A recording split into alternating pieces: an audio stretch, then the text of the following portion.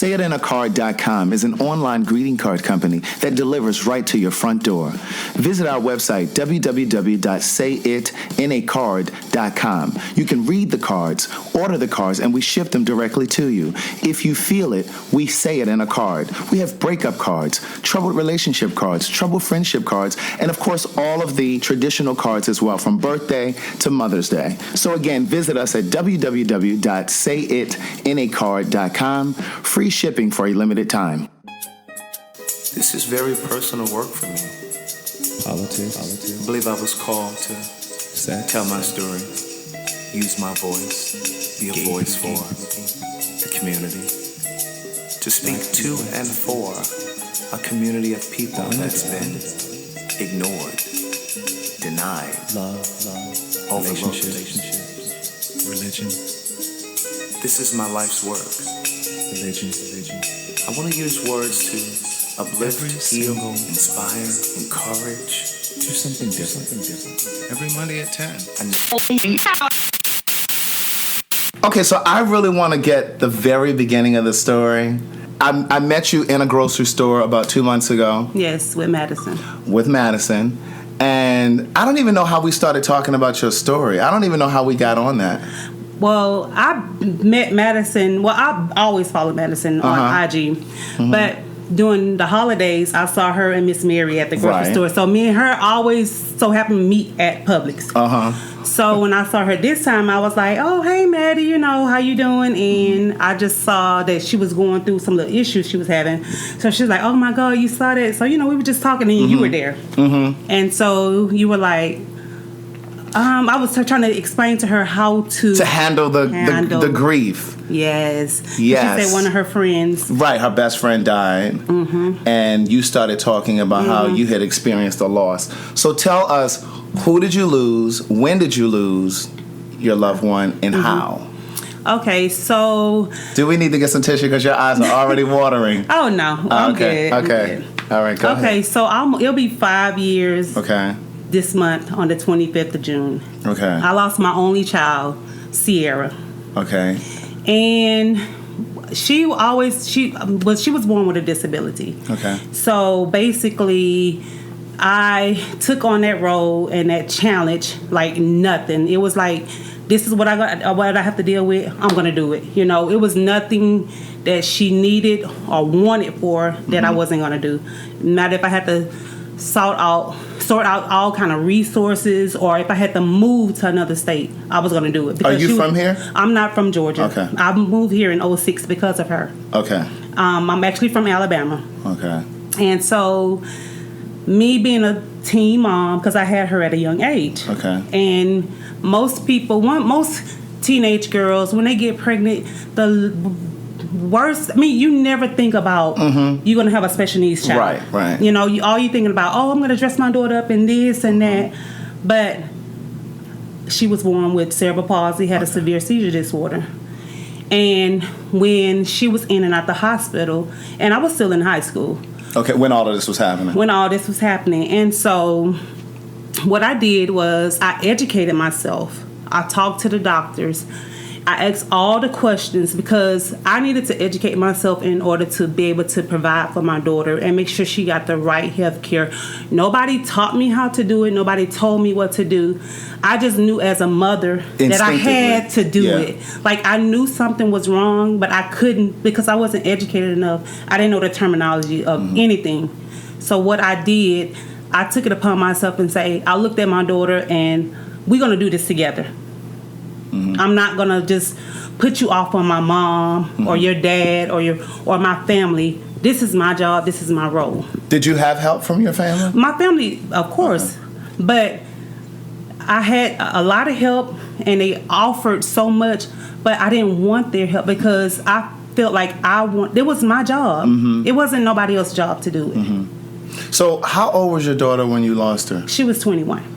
Okay, and so she had a seizure, and that's what... No, she ended up we moved to New Jersey in 2013, and I got a scholarship to finish up my education. Okay. So I have a degree in biology and chemistry. Okay. So I went to New Jersey, and 11 months when I was there, while I was still in school in my program, she passed away.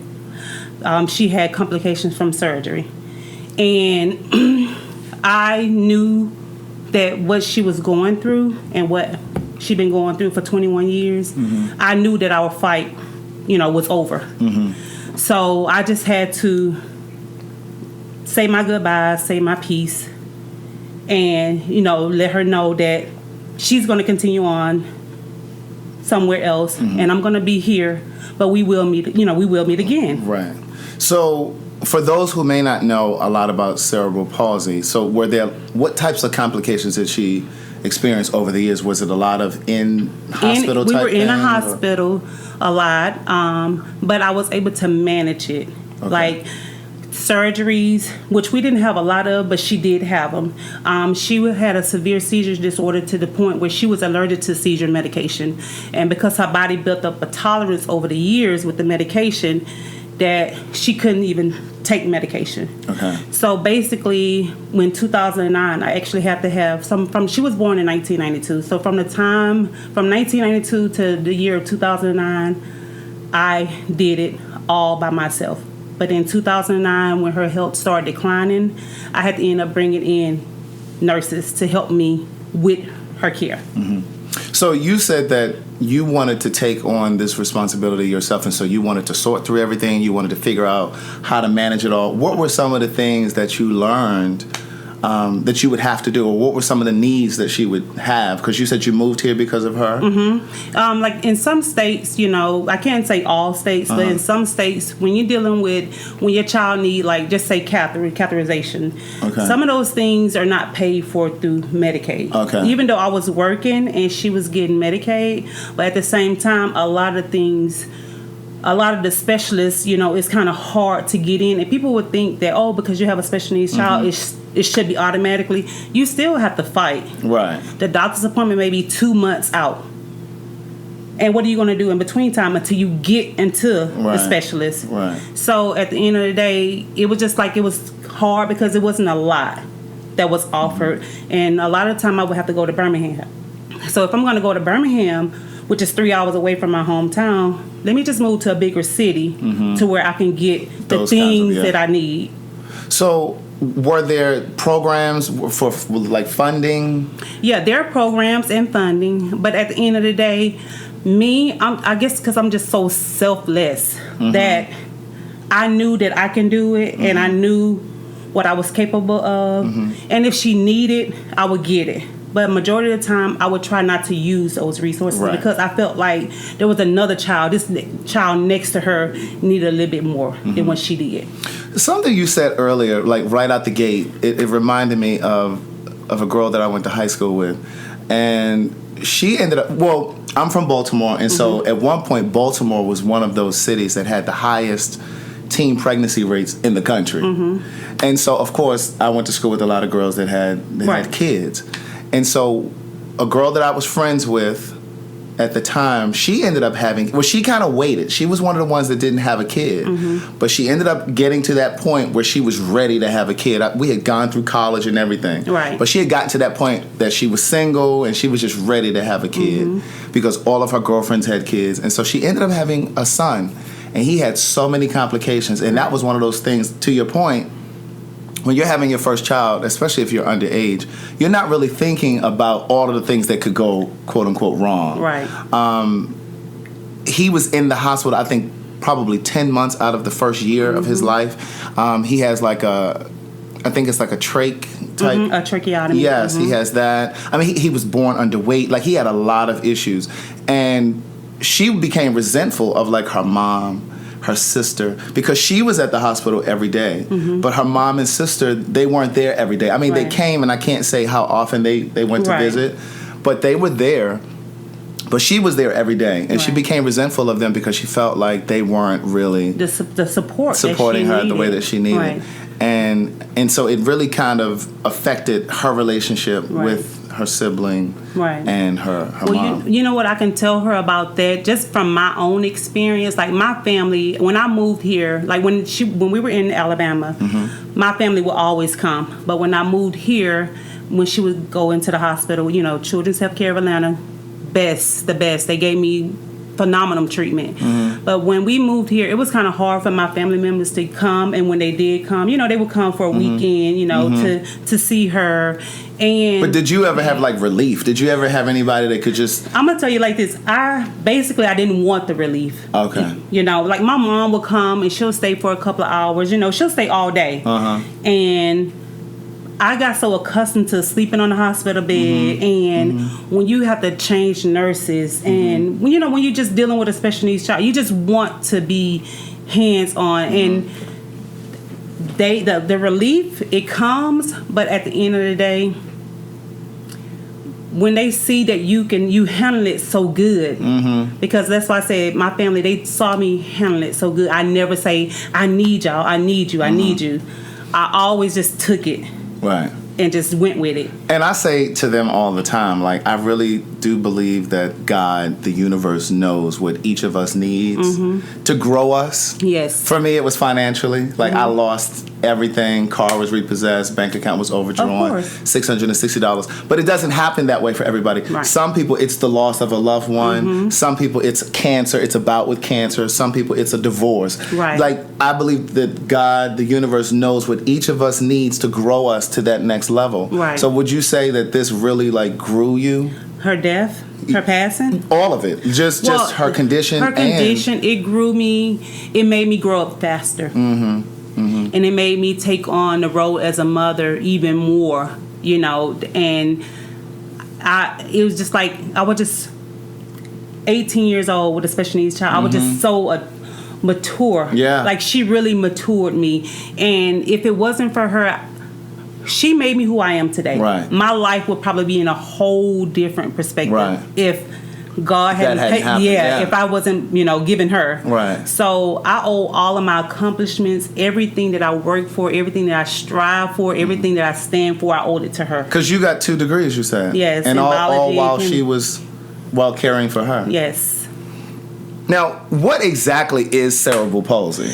Cerebral palsy is a condition where it with your muscles, like your development of your muscles, your limbs. So basically, she didn't walk, she didn't talk. So I had to form a type of communication where I know when she was in pain, when she was hungry, if she was happy, if she was sad.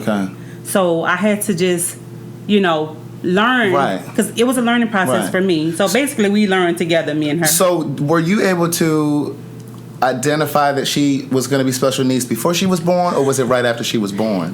She was about 3 months old, and I kept saying, she's not developing. And I was still in high school. Like, I never knew, but I knew that something was wrong.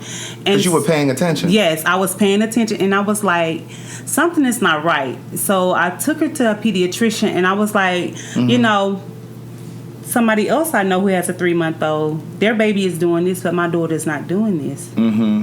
And she did a full examination, and then that's when she referred us to a neurologist. And then from there on, everything just started bam, bam, bam.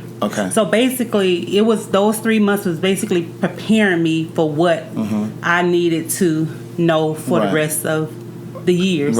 So with this information, you jumped in and just got to work, got busy. How did it impact her father? Did he withdraw? Because I think that sometimes, especially when you're talking about death, and not in this situation, but sometimes in your family, like you may have a parent that passes away, and that parent may have several children, or let's just say they're in the hospital for a period. You may have 1 or 2 of the children that are always there at the hospital, but some people just don't handle seeing their parent that way. So was that the case with him? No. Or he was still hands-on? He was hands-on. Very hands-on. And we both were young. He graduated a year before I did. So we were young parents. And his mom and his family, and my family, everybody stepped up. So basically, we had a good support system. And I can't knock that. But but at the same time, they offered the help. I had my breaks, and her grandmother, her father's mother would come, and she would stay. But at the end of the day, I just knew that it was my responsibility as a mother to just see everything through. So how did her passing affect you? Because that's where we connected in the grocery store that day. Yes. So what Yes. Take us through, and I want you to speak directly to. Just imagine there's. I'm gonna have a drink. Yes, go ahead and take a sip.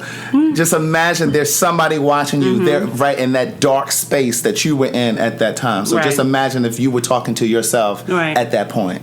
Okay. So we were in New Jersey for 11 months. Okay. And she got sick. She had to end up having like an emergency surgery. It was just a little outpatient surgery. And so the next day, she wasn't feeling too good, but I took her to another doctor's appointment.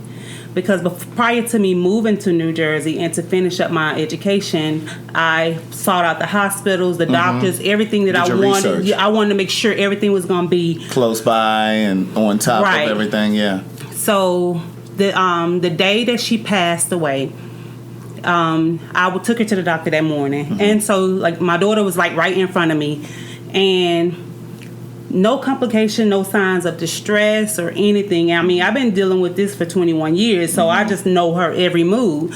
So the doctor was like, her heart rate is a little high, and I was like, yeah, but she had a little outpatient surgery yesterday. So she was on a diet called a ketogenic diet that people are on now. But basically, this diet was designed for kids with special needs. Okay. So she was on this diet called ketogenic diet, and she's been on that since 2009. So she was actually doing very well. No seizure medication because she was allergic to seizure medication. Okay, right. So when we were leaving the doctor's appointment, I was putting her in the car. And so when I put her in the car, she had a seizure. And I was like, okay, maybe, because it's hot, I'm going to take you home and, turn the air conditioner on, put you on some oxygen. And so you're having conversation with her even though she can't talk. Right. Yeah. Because, let her know, Mommy, it's going to be okay. Yeah. So I put her in the car. And so her nurse was coming in about maybe like 1 o'clock. Okay. 12 o'clock.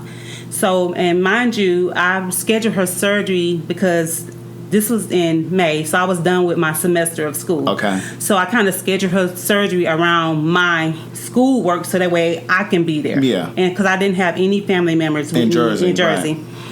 So when I got her home, I laid her down, and when her nurse came in, I told her, I said, she had a seizure, but she already knew, she was aware that Sierra had, an outpatient surgery the day before.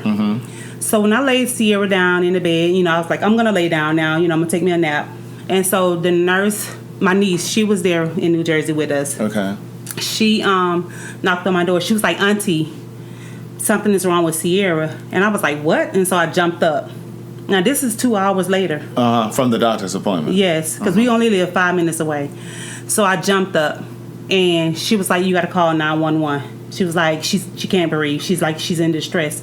I just laid my daughter down. Wasn't no signs. I mean, I've been with her all morning. No signs of distress. No signs of nothing. So we called 911. The ambulance came. Her nurse rode in the ambulance with her, and I drove. So I beat them to the hospital because I was like, wait a minute, something's, So I wasn't thinking that this was going to be it. I was thinking maybe she just having complications from her surgery. So by the time I got her to the hospital, her lungs had collapsed. Her intestine had erupted. Like, it was just a cascade of fit. Everything just like bam, bam, bam. And so they just did a lot of tests. You checked her blood levels and everything. They put a central line in because her heart rate was so high that they couldn't get her, they couldn't get her body relaxed enough to do a full, thorough workup. So because her body was tense, I guess. And she was just sweating so bad. And my daughter only weighed 80 pounds. And so her heart rate was like 160, 170, 180. So they was just trying to, so they had to put a central line in so they can get to sedate her, to incubate her. Because we were like, just, I was like, just put her in a coma so you guys can do what you need to do. And so they did that. They did the process. And by then, it was so much. That's when I found out everything. Like, I thought they were moving fast enough, but in reality, they actually were. I was the one who was just like, wait a minute, I was panicking because I'm like, what is really going on? So they like, well, they told me all these things. They had to they had to incubate her lungs. They had to drain the fluid off. And then when her intestines erupted, bowel had set in, sepsis had set in. All of this was in like bam, bam, bam. Right. And I'm like, okay. So they were like, we need to open her up to find out where is this hole coming from. And that's when I, as a mother, had to make that decision. I was like, do I want her to go through this? Because I know once sepsis set in, I know once they remove your intestines, I know that it's going to be multiple surgeries after that just to put everything back in. So I just had to have a talk with myself, have a talk with God, and come with a conclusion like, you know what? Enough is enough. So did you feel like maybe I should call my mom or talk to somebody, before you just made the decision right there? Because I didn't want her to have to suffer anymore. Yeah. Like she done had multiple surgeries. We done had so many hospital stays. And I just felt like at that time, and I asked the doctors, I was like, what are her chances of, if I let you do the surgery, what are her chances? And they told me 50-50. So 50-50. Yeah. So I had to just make that decision and just say, you know what, just put her on comfort measures. So what were your next steps? Like once that happened, how long after that did you leave the hospital? When I elected to put her on comfort measures, and this was maybe like 3 o'clock in the morning. And so they was like, okay, you can go home and we'll call you when we start the process. And I was like, okay. So I went home because I only lived 5 minutes away. So we went home and they were calling me, but also the organ network was calling me as well because I wanted her to be an organ donor. Yeah. But she couldn't because when your body accepted, there's no way that they can use any of her organs. Right. So they were calling me and they was like, she passed at 4:45. And I was like, what? You guys didn't call me, but so it was about an hour and 45 minutes after you had left. Yeah. So because I was really torn. Like, did I really make the right decision? Because as a mother, I was like, dang, did I really make the right decision? So, because your decision was to put her on comfort medication, just to kind of like measures until she just trained. Yes. But she ended up passing. Yes. So that was. Did you feel relief, quote unquote, that you had made the right decision? I did. Since she did at the same pass? time, but I didn't. Right. Because even though I know that I made the right decision, but at the same time, as a mother, you still have that in the back of your head, like, did I really make the right decision? And at the time, I was calling my family members because they were in Alabama, and the time different, and so people was like, "What?" Everybody was like, "What happened?" And me trying to explain to them, and I couldn't explain to them because, and still try to grieve and they were like, I don't want her, to pass. Like my family, they didn't want me to make that decision, but I told them, I just knew as a mother that the fight was over. So this conversation with your family was happening once you had left the hospital, but before I even left the hospital, when I had decided to put her on, my mom. Her, my friends, my family, everybody, they were just like, we don't want this to happen. They do the surgery, and I was like, I knew her body wasn't going to make it. So I just didn't want to put her through that anymore. So when the hospital called you at 4:45, I jumped up.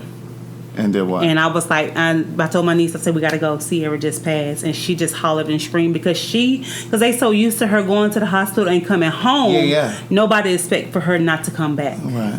So at this point, are you crying? I'm crying. I'm just like, I just ran into the hospital. Security was like, where are you going? I was like, my daughter just passed. I got to go. And so they just let me in. And so, when she was there and, she looked at peace. And I was just like, you did good. You fought a good fight. You did good. And I'm proud of you. And, and I love you. And, it was just like, she gave me the best 21 years of my life. The best. I wouldn't ask for nothing else. That was like the best thing that ever happened to me. So at what point did you call her dad to let him know? I was calling her dad. But he wasn't answering the phone. Because it was 3 a.m. in Jersey. So in Alabama, it was like 2. Yeah. So I was calling, and a lot of people wasn't picking up. They were just like, nobody would never expect that. Right. And they would never expect to get that phone call. Yeah. And so when I called him, he was like, "So you telling me my daughter is not here anymore?" And I was like, "Yeah, she's not here." And he just took a silent breath and he just like let out, because she was my first child and his first child. He just, and it really changed him. Death really hit him, but it really hit me harder. In what way? It hit me in a way of, I didn't know, because I was a caretaker for 21 years. Because at this point, how old were you? Oh God, this was in 2014. So I'll be 44. Okay. So that was 5 years ago. So you were 39. 39, yeah. She passed 5 days before my birthday. Oh. Yes. And so you said it hit you hard. Like, it hit me hard because after she passed, you have to, people don't understand, when you have a loved one or a family member that passed in another state, that's not your hometown, and especially if you're taking them back home, you have to have, basically I had to have 2 funerals. Yeah. Because I had to get a funeral home there to prep her. Yes. And then ship her body transport her to Alabama to where she's, buried. Yeah. So basically I was like, my birthday had came and gone. Like, I didn't even realize that my birthday had came and gone because I'm busy planning a funeral, And so after I got her body off and on the plane to Alabama, that's when I booked my flight. Because... So at any point, did any of your family members or friends come up to Jersey to... No. Nobody came. Everybody called. Right. And I wouldn't want them to come to Jersey because I was coming home anyway. So, but when I got home, like, everybody was like, "What do you need? We're going to, this and that." And so when I got off the plane to Alabama, I had the support anyway. And everybody was calling and asking, "Were you okay?" But I wasn't okay. But at the end of the day, I knew that I had to finish what I started. Right. You just can't. I couldn't put that off on nobody else. So, since it was 5 days before your birthday... like, my birthday had came and went. Yeah. I didn't even think about my birthday. Like, I never celebrated my birthday from that point on because... That was what I was going to ask you. So now, 5 years later, do you ever get to really kind of celebrate your birthday? Do you look forward to your birthday, or do you kind of just like dread it because that's kind of like the time... Prior to May 7th, I did. But like now, I don't dread it anymore. Okay. But I had to just get everything together, get her casket, make all the arrangements, pay for everything and I thank God I was in a position to do that because a lot of people are not in that position to do it. So I was like when you fly a body, like I've never had to do that. It's about $2,000. You have to pay that? Yes, that's not something that life insurance or anything covers? She had a life insurance policy, but at the same time, you don't, because you're grieving, and those are the things you don't want people in your personal business like that, because I just felt like her life insurance policy was her business, and if I have the money to pay for it, let me go ahead and pay for it, because I don't want you digging into what her personal life and what I had, for her. So basically, I paid for everything out of pocket, out of my savings account.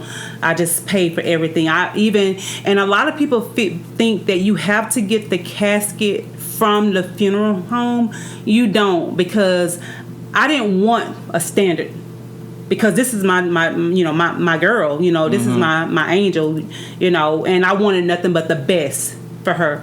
Even when her body they received her body, put a pair of panties and a bra on her, because I wanted her dignity to still be respected, that's my child. I wasn't there to do all of that, and I would have if I had to beat her there, but because I wasn't there, cover her up, put a bra on, and some panties. And I had somebody to go buy those items to make sure that they put that on my daughter because I wanted her to still be treated with dignity and respect.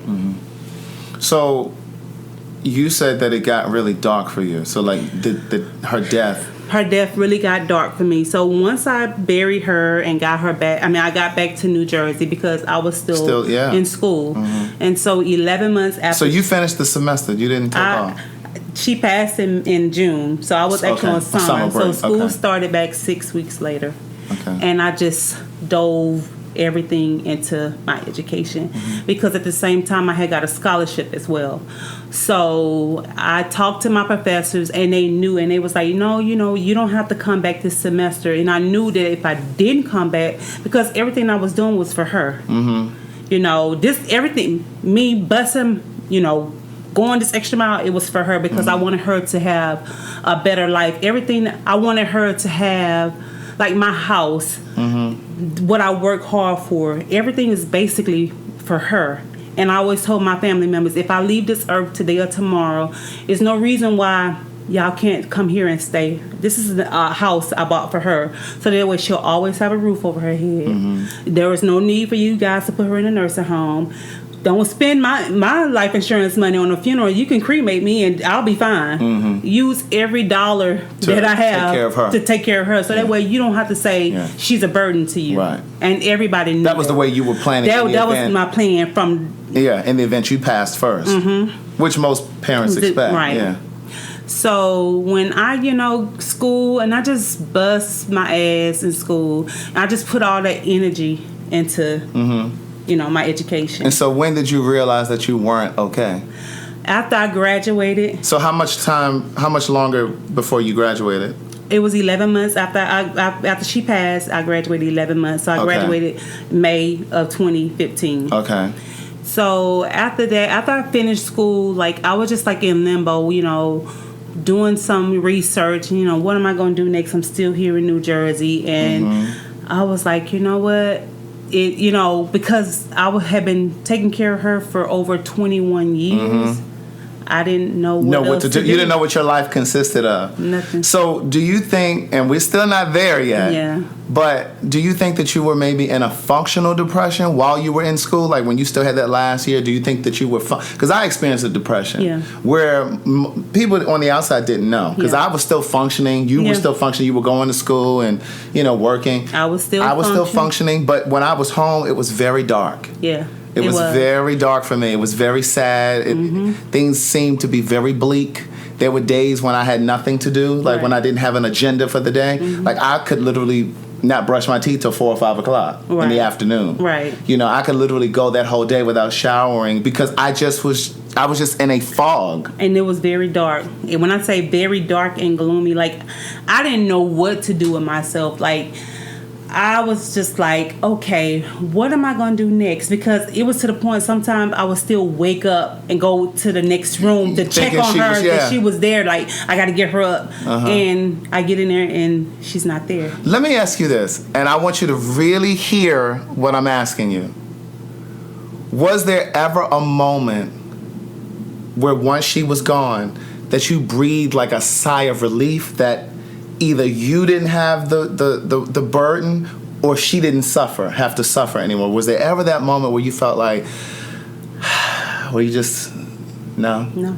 I didn't get that relief until this year, May 7th of this year. I didn't get that relief. Even though I was okay, but I wasn't okay. And I was going to therapists. So what prompted you to go to therapy? I knew that I wasn't healing. You just knew. I wasn't healing. So nobody said, well, maybe you should go and speak to somebody. You just did it at your own volition. I did it at my own. Okay. And I knew that I wasn't healing properly. So how did you find your therapist? Online. Okay, you just went and looked. I was also using the school as well, the counselor at school. And I just kind of sort out, and I was just talking to people, and just asking, where can I go for help, And like my school therapist, the counselor, she was like, okay, I think you need to call these people, because I would see her twice a week. Okay, the school counselor. Okay. And even after I graduated. Which you would still go back to her, even after you graduated? Which, like, you were going to say she didn't have to do that, right? She didn't have to do it, yeah. But she did. Yeah. And so I said, let me go. Let me find out, what I need to do to get myself together, because I knew I wasn't happy. I had started to become very angry. I was pacing the floors all night long. I would walk the city at night, even in the snow. Doing what, though? Just walking, because I was lost. Yeah. Because I didn't have my routine that I would do. Yeah, you didn't know what to do with your time. I didn't know what to do with all this extra time I had on my hands. And you said you were angry, so, like, how did your anger show itself? Did it come out in, like, road rage, or no. what? It came out in my conversations. I just was to the point where if somebody said something wrong, I was ready to fight. Right. Because I had so much just a short anger. temper. Yeah, my patience is so good. But I was just ready to fight. Just because I knew it had to come out. And so they put me on. Well, wait, hold on.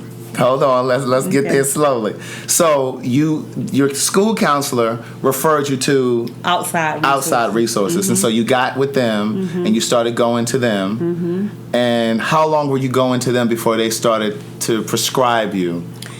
They actually prescribed me medication right then and there. Okay, when you first went to them. Okay. Because at the end of the day, it wasn't no self-harm. I wasn't trying to harm myself or anything. But at the same time, I just felt like, what am I living for at the same time? And, like, I couldn't piece it together. And so I would see them twice a week as well. Like, so I saw two different therapists. So basically, my whole free time, I was going to see therapists because I knew that I wasn't healing. Yeah. And so basically, I had designed my whole life around therapy. So you were going to the school counselor 2 days a week, and then you were going to the outside resources 2 days a week. Yes. So basically, that's what my whole schedule consists of, therapy. So they prescribed you medication. They prescribed you medication. And this is a little bit of what you kind of gave me that day when we met at the grocery store. And how long were you on it? I was on medication for maybe a year and a half. Okay. And how did it make you feel? Basically, the medication, it made me really mask everything that I was going through.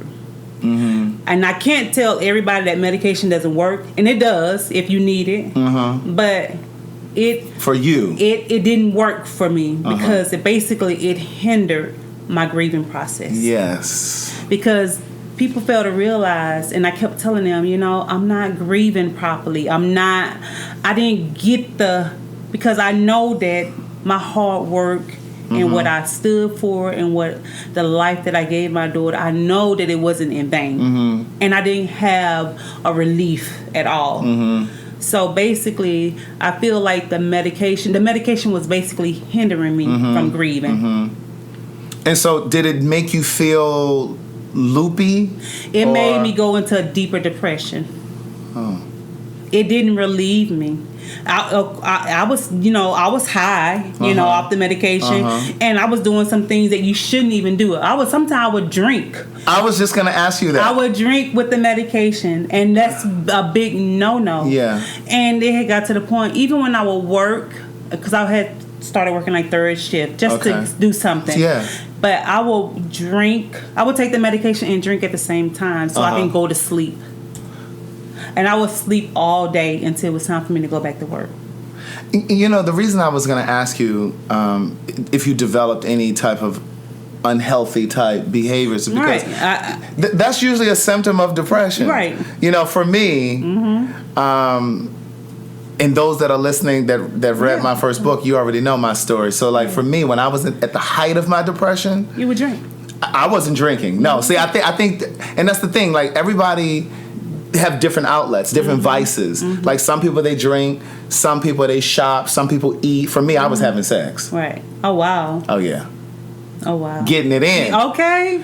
And I had to catch myself. I was just like, well, wait a minute now. Because you live in a dangerous life. Yeah. It was dangerous. You know, and that's why, you know, today when I say I'm so grateful for that process, for that experience, because I got through that process without ever contracting any type of STD. Right. Or getting raped or killed or anything could have happened. You know what I'm saying? So for you, you started drinking. I started drinking. And it wasn't like I was a drunk all day long. Right. I just knew that because I was on the medication for a minute and I built up a tolerance against it. So basically I started drinking with the medication so I can get that effect. Yeah, you were trying to get back to that feeling. I was just trying to get back to that feeling. Yeah. And I would, you know, still come home to Georgia and Alabama to, you know, to see my family and friends, but I wasn't me. And did any of them notice? No, but I don't think nobody really knew. And see, it was easy for you to hide it because you were living in Jersey. Yeah. So, and see, that's why I say a functional depression, because you know you were able to mask it when you came down here or to Alabama. And that's, nobody knew. Right, you were still going to work. You know, I was a walking pharmacy. Basically, I was a walking pharmacy. I had enough medication to the point where I could have gave you some. But that's just how I was a walking. Right. So what was the turning point when you decided enough is enough? So was it first, I need to get off of this medication because it's not working? Or was it, I need to get off this medication because now I'm at the point where I'm abusing it? Or was it a combination of both? I had to, when I knew that, when I had this out-of-body experience, and I knew, you know, my doctor was like, you know, you still on medication, you know. Because they were thinking that you would only be on there for a period of time. Right. And here it is a year in the past, and I'm still on it. Yeah. And I'm still coming to you with the same issue. Right. And I'm just like, you know what? I knew I had to I was like, no, something is not right. This is not me. I'm not happy. You know, I'm not smiling. I'm not my fun-loving self that all my family and friends know, you know. And at the end of the day, some of the things I had started doing stupid things. Right. Only because I was that was my way of trying to let them know something was wrong with me. But they so used to me being so well together and nobody paid attention. Right. To my cry. What do you mean that you did something stupid? Like what? It was just like, just say for instance, like I told you, I would want to fight, argue, just cuss people out, and that's not me. You know, it took me. I was out of my character on a lot of things. You know, a lot of things, and she's nodding her head, so she must have noticed. Yeah, and even with her, I was just out of character on a lot of things. So what was the turning point for you? So the doctor said, okay, you're still on this medication and you should... No. I told you I had an out-of-body experience. Tell me that. You did tell me that in the grocery store that day. Okay. I had an out-of-body experience, and I was to the point of... When I tell you I didn't grieve properly over my daughter, and I really didn't get peace. Even though in the back of my mind, I knew I was at peace. But I still had to get that peace. My out-of-body experience, where I was having to the point where I was fly from New Jersey to Georgia, from Georgia to Alabama. I was taking my daughter in her casket everywhere I went. So in this out-of-body experience, this is what was happening? Yes.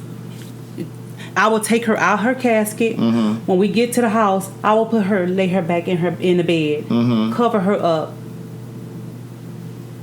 I knew something wasn't right. Right. So when you had these out-of-body experiences, was it in the form of like a dream? Or were you just like literally sitting and your mind would just kind of wander? Sitting and my mind would wander. Even sometimes when I dream. But I was to the point where, why am I taking my daughter out her casket? Why am I having a funeral over and over again? And I'm just sitting here just... And so what did that mean to you? Like, what do you think that meant? I knew that I wasn't healing. Yeah. Because I know that she's at peace. You know, But you needed to still but get there. I needed to get there because she was born. No, she didn't commit any crime. You know, she was an angel. So I knew that she was good. I wasn't good. So once I was like, you know, once I move back to Georgia, you know, I'm gonna come here. I worked hard. I saved my money. So that way, my first year, I need to do this. This is something that I need to do because why should I have to still be a walk-in pharmacy? So how much time had passed from the out-of-body experience to you moving back down south? So basically, just say the end of 2016. Okay. I knew that I had to make a change. And then with that was also coming off the medication. And so basically, I just said, you know, because you just can't jump and get off medication. Right. You actually have to go the right process, you know, because when you're taking Valium and you're taking Cerebral, you're taking some heavy medication and you're on some high dosages. I wouldn't recommend nobody to just jump off of it. That's something you have to the doctor. how did you wean yourself from So it? basically, I just started like taking less, and I told my doctor, I was like, I want to get off medication. And when I went for my next appointment, she wrote me a prescription. I don't want it. Okay. So you first started taking less. Was it a lower dosage? A lower dosage. Okay. I would break them in half. Okay. Only because I would just take it enough so I can go to sleep. Because for those first 2 years, I didn't sleep at all. My mind was like constantly racing. Yeah, like I didn't have no peace. Like, which is why you were walking at night. Walking at night in the city. I would walk, catch the train from New Jersey to New York, and just walk the streets. You know, the thing is, you just never know what people are going through. You never know. You know what I'm saying? Like, there have been times that I've been in the car and I'll look over at people in their car and they just look like they have the weight of the world on their shoulder. And you just don't know if they've just lost their home, if they've just lost a child, if they've just gone through a divorce. Like, you just don't know what people are going through. You never know. So basically, I started weaning myself off of it, you know, under doctor's care. And then when I got back to Georgia, because I knew that New Jersey wasn't home, I didn't have my family, I didn't have the support of nobody behind me, which I did, but at the same time, it's nothing like home. So basically, when I got back here, I knew that I needed to grieve, and I knew what I needed to do. And so when I got here, I was just like, I don't want any more medication. You know, I have to do this, because I knew that my daughter wouldn't be wanting me sitting here just wasting my life away, stuck. Taking pills and alcohol just to, you know, to be at peace with her situation. And so basically I just had to, people fail to realize that even though, say you're grieving, don't pick up pick up the phone and say, "Oh, I'm just checking on you." Yes. Or send a text message, "Oh, I'm just checking on you." If that person come across your mind, get up, get in the car, and go over there and see what's going on with that person, because God didn't lay that person on your heart that day. Yes. So that's basically, nobody was checking on me. Yeah. They would text. They'll pick up the phone and call me, but nobody came to see about you. To see me. Yeah. Because at that time, I wasn't in the best. Yeah. You know, it's interesting that you say that, because I have this new thing that I've been doing probably over the past month, and I did it yesterday. I did it, I think, the day before. Whenever a person crosses my mind, even if it's somebody that I talk to on a consistent basis, but especially those that I don't talk to regularly, I'm going to reach out to them and say, hey, but one of the problems when people lose someone, we're always very much so there for them up to the funeral. Right. Because but then it's the days, the weeks, the months after that nobody checks on them. It's almost like, because the funeral happened, you just feel like the person is good now. But they still need you to drive by, pick them up, come over. Yeah, keep them company. Over and give me I needed a hug that day. You don't know. But I needed Right. a hug that day. When I woke up this morning, I was in such a bad place. But you just don't know. If you had a came and knocked on my door out of surprise, just to come see what I'm doing, a phone call, that's fine. A text is fine. But seeing me physically, you never know. You could have said, you saved my life that day, because you don't know if my mind, I wanted to go commit suicide, Absolutely. if I wanted to harm myself, or if I just wanted to do something stupid. Yeah. But you knocking on my door, Yeah. Yeah. Could have interrupted all of that. a whole. Yeah.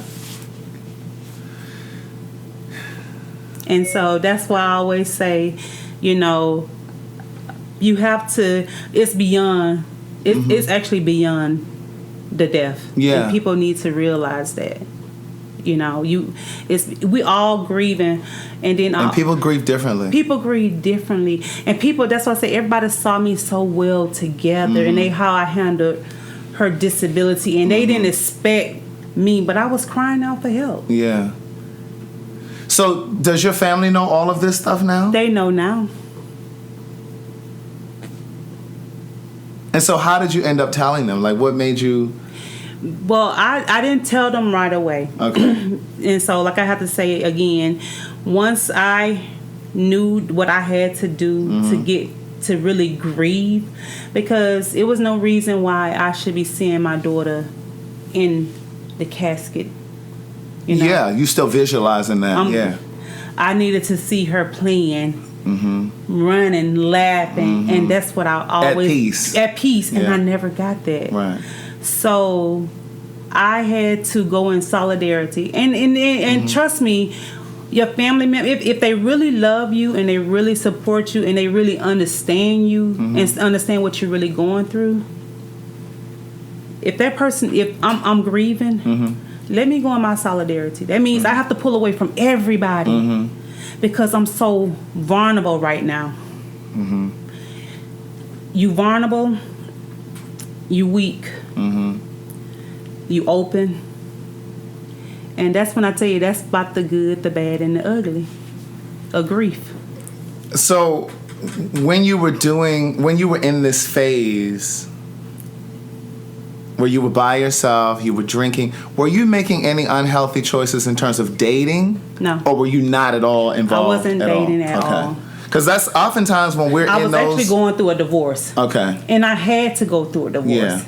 And even though my husband was a good stepfather to my daughter, but at the same time, I wasn't Yes. a wife. Even though I kept saying... You weren't present. I wasn't present. I Yeah. had checked out Yeah. my marriage. Yeah. And he was a good support system. Yeah. And I kept explaining to him, you know what, I think I have to go back to Georgia. And even when I got back home to Georgia just to relax, he would call, 30 times a day, which it was okay. But at the same time, I just needed that time. Yeah, yeah. So basically, I just had to go through my divorce, and just, we're friends to this day. What point how old was your daughter when you married him? Oh, God. We got married in 2011. And what year was she born? She was born in 92. So she was about, what's that? Is that 9? No, she 19? This is 19. My she was like 17. She was 17. My math is a little off. Yeah, mine's too. Okay, so he was there for a considerable amount of years, the last few years. So I can understand that, because I remember even being in the height of my depression, being in relationships and not being present. And I often say that if I could go back and be a different me, a different version of myself at that time, I'm sure the relationship could have been different. Do you think if it had been a different space and time that marriage would still...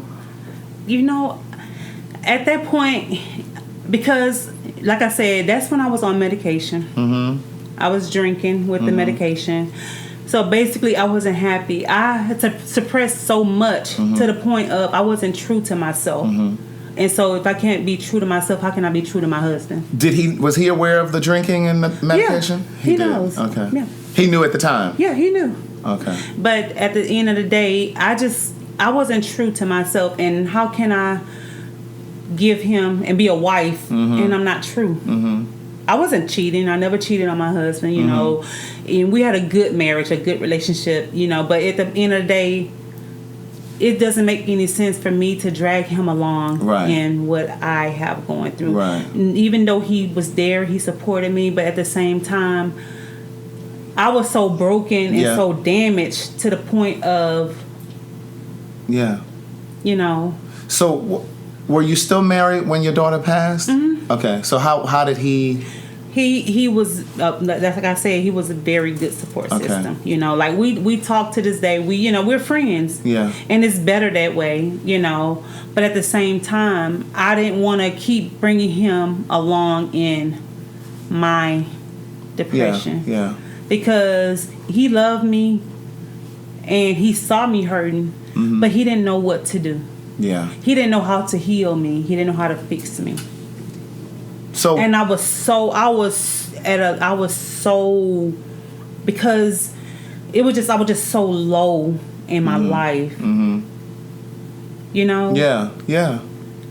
And I just couldn't bring him along with that. And so that's why I said I can't be selfish and just tag him along in my bullshit. Mm-hmm. Mm-hmm. So once you realized what you needed, which was the solitude, how did you start to kind of what I started doing, because I knew that I had to go into deep solidarity. Like I just had to really dig deep into myself. I didn't go out. Mm-hmm.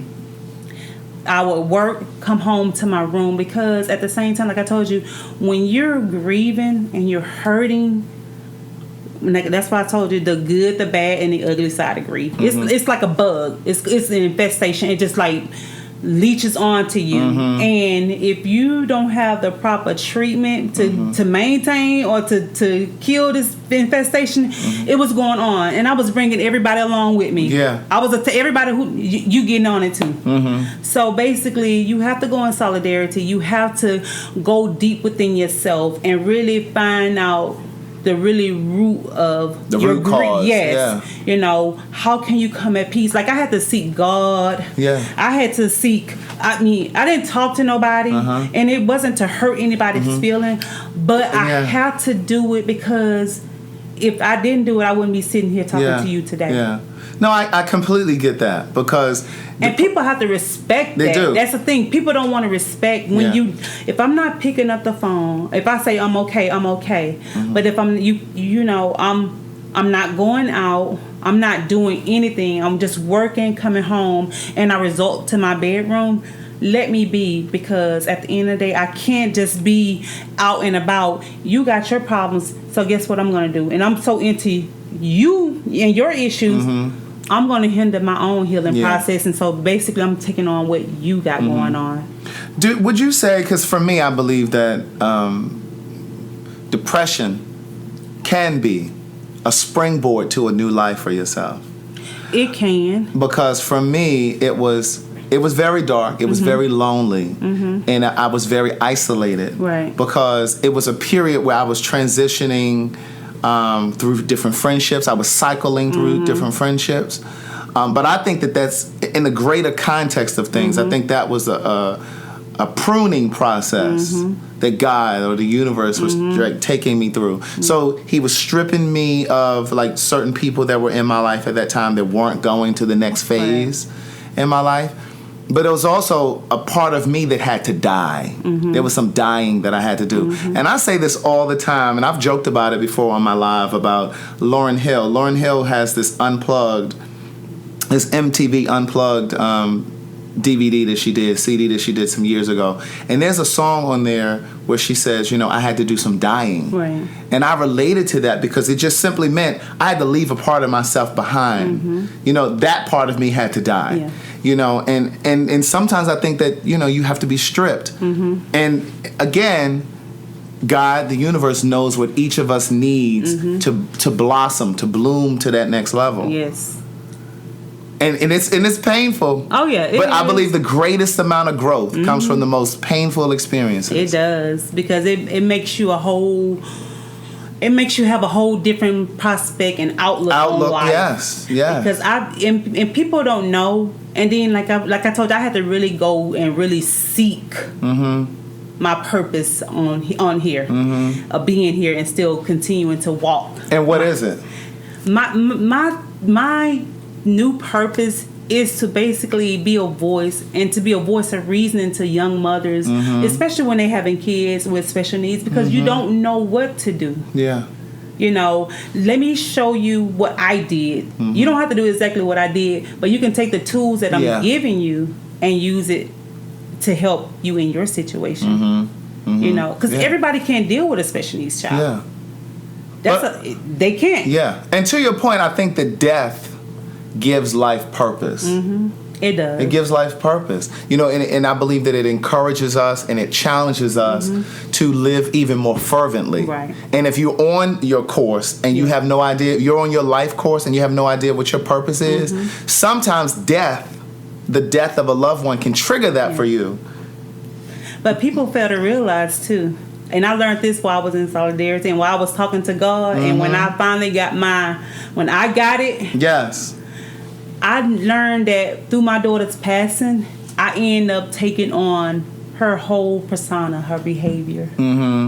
You become that person who passed away. And people don't realize that. Just say if your grandmother raised you and she was a significant part of your life, and she passed away, you're going to end up finding yourself cooking like grandma. Yeah. Talking like grandma. Acting like grandma. The same behavior. You're gonna have those. You're gonna see it. Yeah. So I find myself when picking up my daughter's behavior, like, because she couldn't talk. So you will see me, and sometimes I will meet people or be in conversations or be out in the present, and folks just talking around me.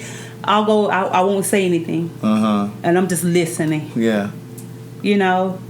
You be surprised of what death really can do. That's what I say, you know, and even in my downtime and even in my grief, people try to use me. And see, if you don't, that's what I'm saying, people will use you when you're grieving. Because your inhibitions are down. You're weak. Yeah. Your guard is down. You're not paying attention. You don't have the right people around you. And even if that right person is around you, people will study your habits and what you're doing in your grief, and they know, and they will prey on it. Do you feel like that happened to you? It could have. And I'm pretty sure it did. I'm pretty sure it did. But at the same time, I'm glad it happened. Yeah. Because now I don't have to deal with you anymore. Because a lot of things that was happening, I wasn't paying attention. And once I went into solidarity, I was like, you get a certain amount of clarity. I got it. And I remember everything that you did and that person did. And see, that's one of the things that I say on here all of the time too, because depression, once you get to a space where you can kind of clear your mind a bit, if you sit still long enough, you can really pay attention to your life. And this is why at the end of my lives, I always say, pay attention to your life. Pay close attention to your life. Yes. You know what I'm saying? You got to have that moment at the end of the day, the end of the week, the end of the month, something where you sit down and really just kind of evaluate your life. Yeah, and just pay attention to stuff. And that's what I say. People say it all the time. People do it all the time.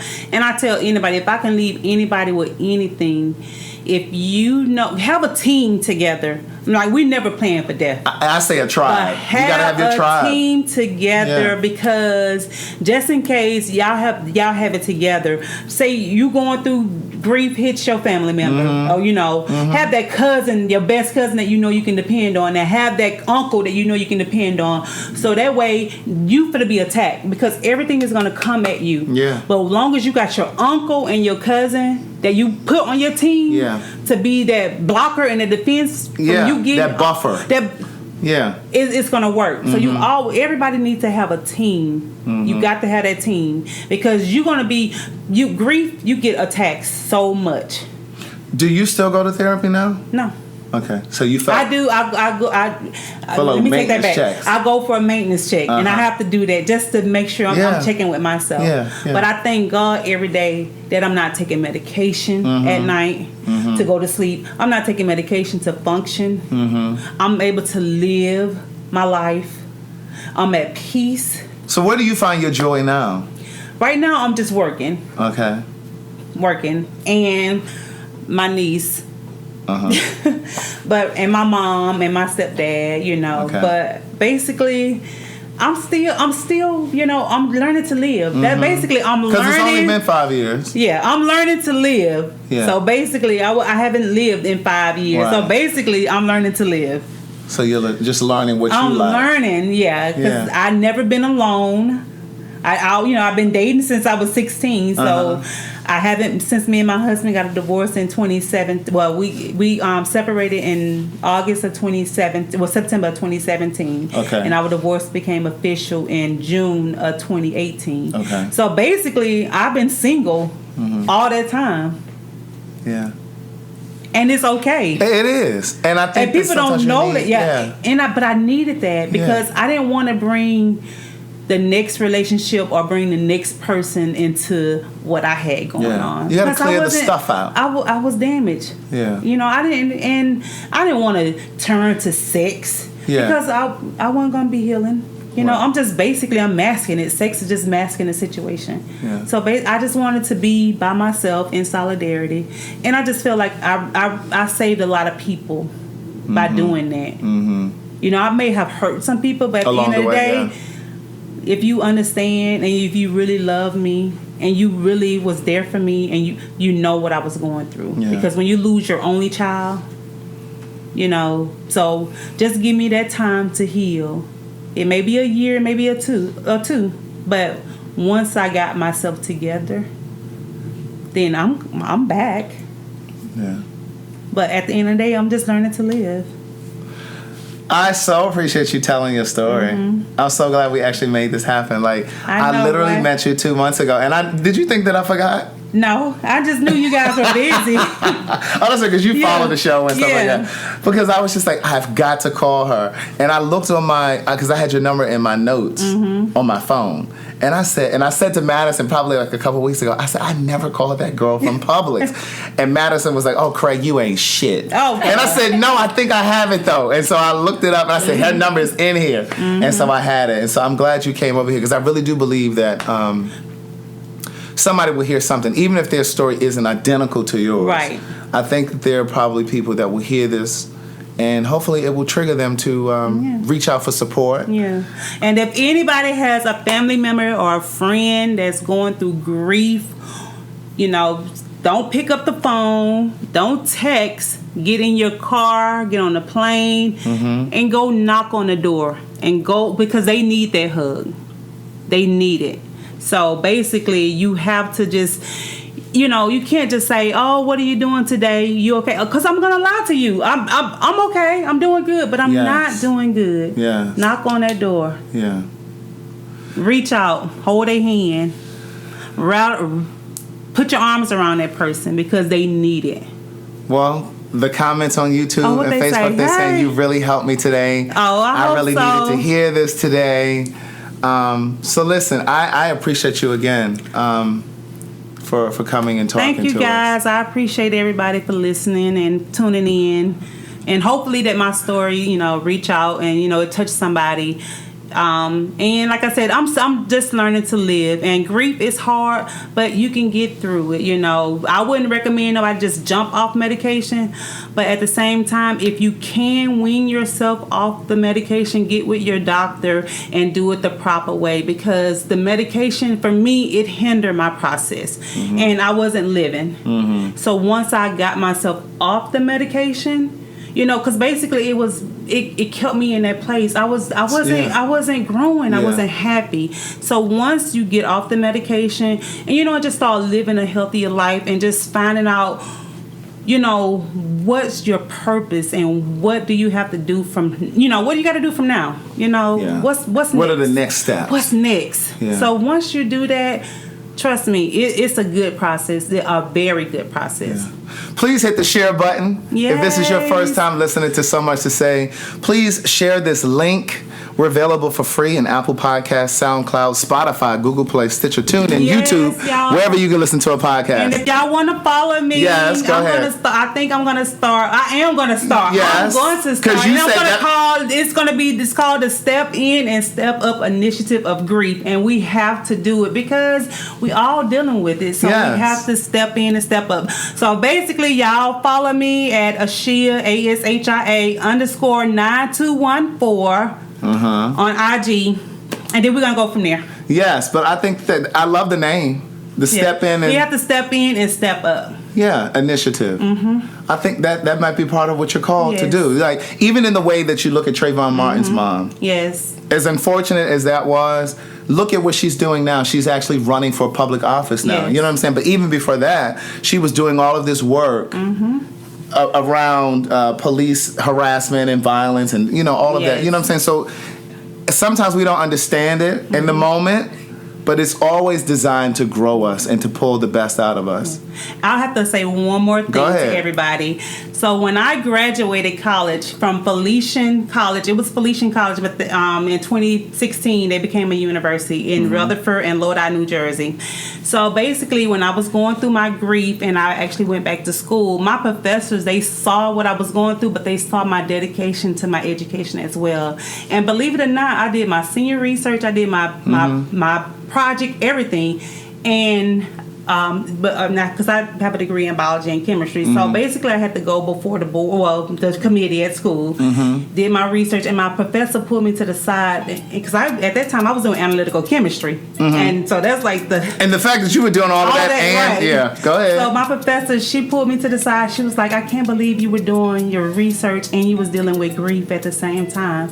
So my biggest accomplishment when I graduated, but I also the person who I was doing it for wasn't there, and I wanted my daughter to be at the end of that stage when I walked across, and she wasn't there. So me just going through the motion, graduating college and everything. My school gave me a citation from the state of New Jersey. They recognized me for my hard work and dedication. That's awesome.